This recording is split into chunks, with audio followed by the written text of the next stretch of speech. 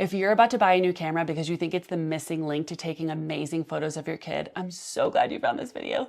It's really easy in photography to fall into what I call the gear trap, which is essentially the assumption that the latest piece of technology or a new piece of gear is going to take your photos to like the next level. And sometimes a new camera can improve image quality. Is it going to have a better resolution? Yeah, probably. Is it going to make you a better photographer automatically? Definitely not. The key to taking better photos is actually understanding how to use the gear that you already have to its fullest potential. So in this video, I'm going to walk you through, first of all, do you even need a new camera? What to think about when you're thinking about that? What to look for if you decide, yes, I do need a new camera, Megan. Don't try to convince me otherwise. And what to avoid so that you don't waste money. Because I don't want you to spend hundreds or thousands of dollars and then still feel disappointed at the end of the day. So before you buy anything, I want you to ask yourself 3 questions.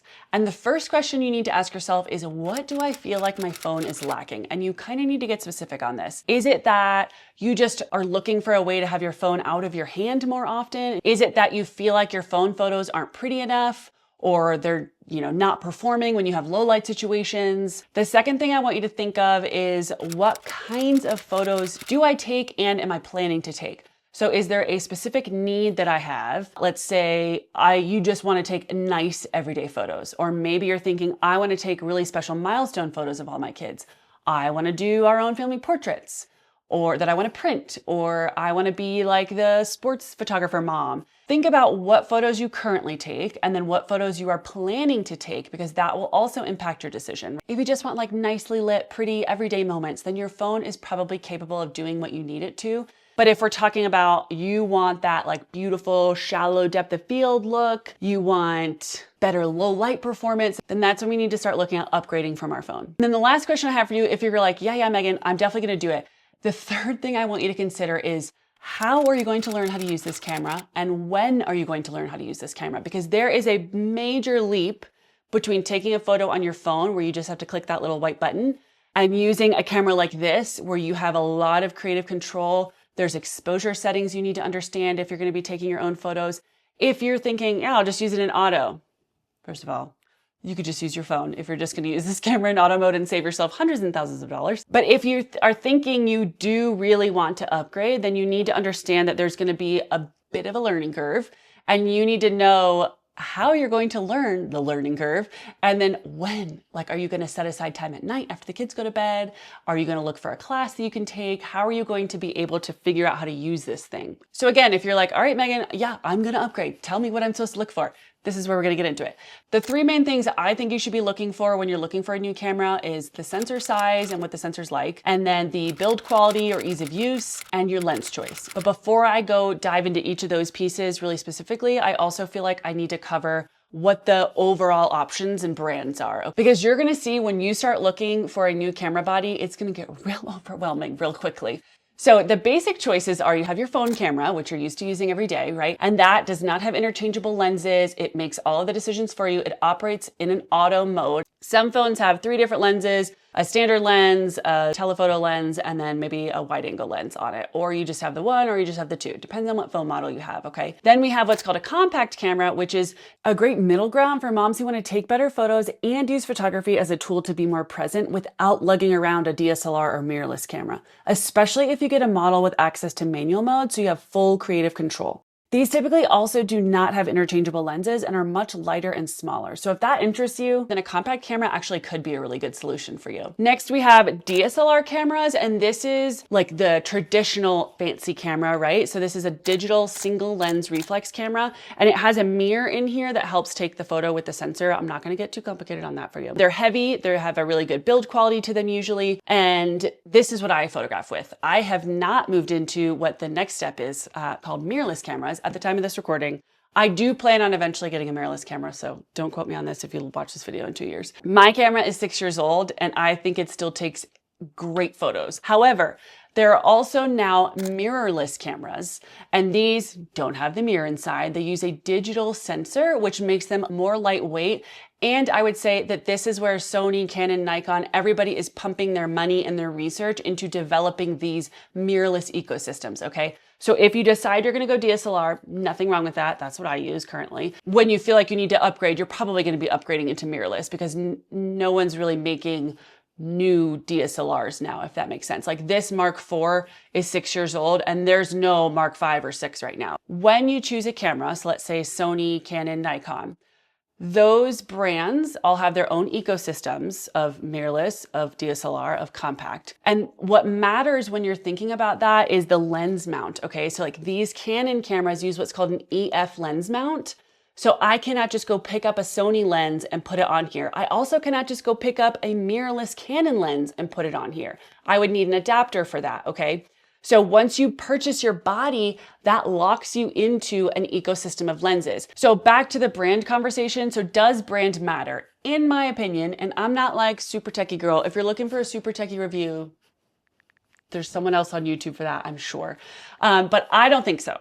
I think that most people choose their brand because, let's say, they know someone who shoots with that brand, or you get a lens from someone and now you're kind of locked into Canon. There are some things that each brand, I would say, is well known for. For example, Sony, when mirrorless cameras first came out, they were really the leader in the mirrorless technology. Now I would say Canon and Nikon have really caught up and have their own lines, obviously. So you can look deeper into that if you feel like something like that might be really important to you.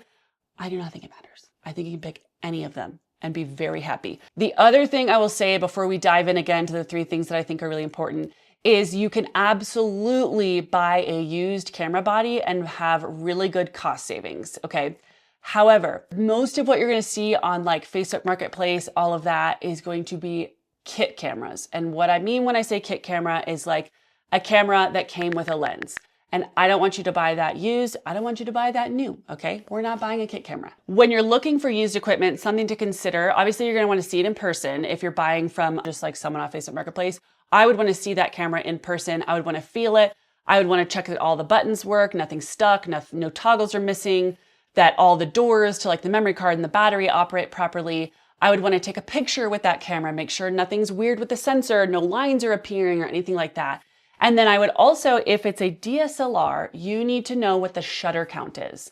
Because DSLRs, with the mirror and the sensor that they use, they have a life expectancy, okay? So similar to a car's gas mileage expectancy, DSLR cameras are very similar. So like a mid-grade body is gonna have maybe 100,000 shutter count capability. So it can take 100,000 photos and be good to go. After 100,000, might start falling apart. So you need to know whatever camera you're looking at, look up what the life expectancy for the shutter count is, and then ask that person, what's the shutter count on this camera? Because you can buy one that's close to the end of its life, but you need to price it accordingly, okay? Because you're only gonna get so much more life out of that camera. If you're looking at used mirrorless cameras, less of an issue. What a concern would be is all the other stuff I talked about. Build quality, how does it feel in your hands? Does it take proper pictures? Do the lenses that you own work on it? So check the mount systems on whatever used camera you're gonna get.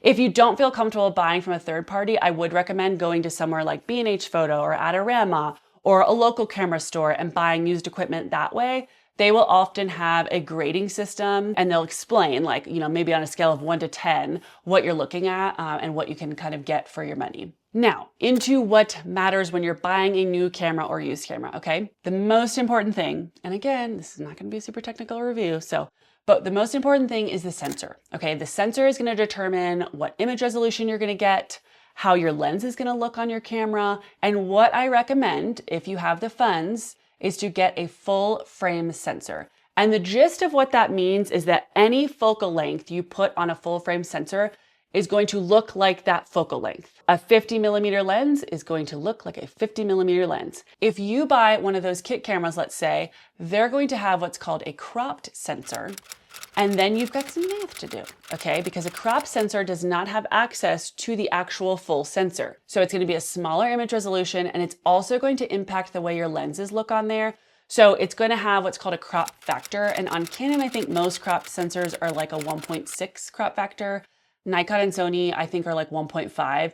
So essentially what that means is whatever focal length you choose, you're gonna have to multiply by that crop factor, and that is your new focal length or what it's gonna look like. So if you've got a 50mm lens on a 1.6 crop factor body, you're gonna be looking more like closer to 80mm. So the nifty 50 is no longer a nifty 50, now it's an 80, whatever rhymes with 80, okay? It's closer to 80 then. Again, once you've bought that cropped sensor, the camera body, that's going to impact all of your future lenses that you buy. So you're going to have to always do the math and figure out what is this focal length actually going to look like on my camera body. There is a major cost savings, and you'll see that when you go to start looking at what camera to buy. You're going to see the cost savings in a crop sensor over a full sensor, but I strongly encourage you to just save until you can get a full frame. That's going to be the most important thing to look for because it's going to impact all of your future gear. Okay, and then the other thing to think about is just, again, the build quality and how it feels in your hand. So like, do you want a lighter camera? Maybe mirrorless is going to be the way to go because you want something lightweight that you can toss in your diaper bag and bring with you everywhere.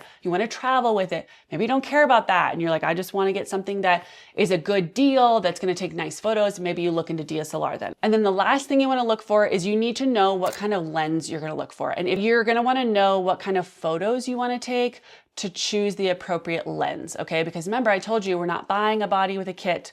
We're gonna buy a body and then we're gonna buy a lens separately to get the most bang for our buck and also get the best image quality. But what lens you buy is gonna be determined by what kind of photo you wanna take. So are we taking everyday moments?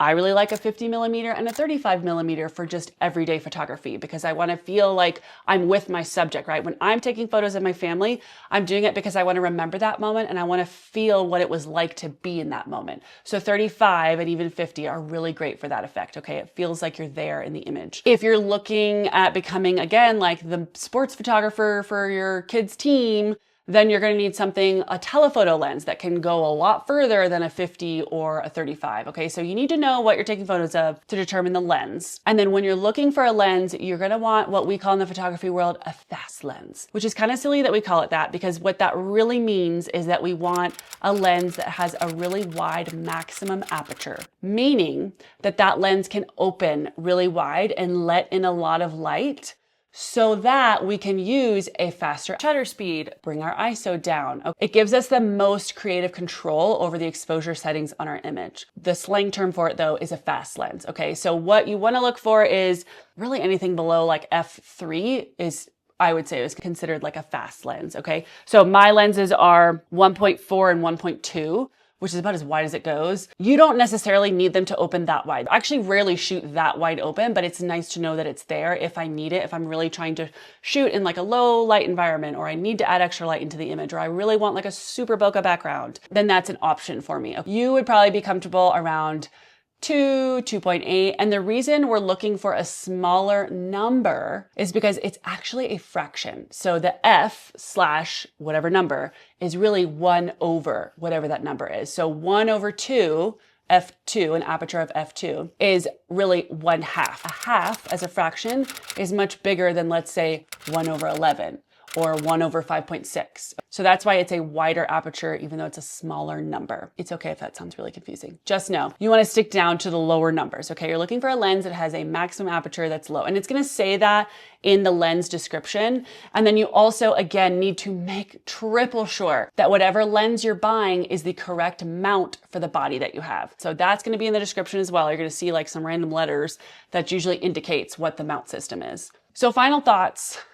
And just to review, I think you should consider whether you even need to upgrade, what kind of photos you're going to take is going to be the most important thing to think about. And then I would encourage you to look for a full frame camera and a lens that is fast, okay? Something with low light capability and a wide maximum aperture. That's going to grow with you throughout your photography practice. It's going to give you the most creative control over all of your images and ultimately leave you happy with your purchase. If you're sticking with your phone, there's nothing wrong with that. And you can grab a free copy of my Pretty Phone Photos Guide for all my best tips and tricks to take better photos today in the description of this video.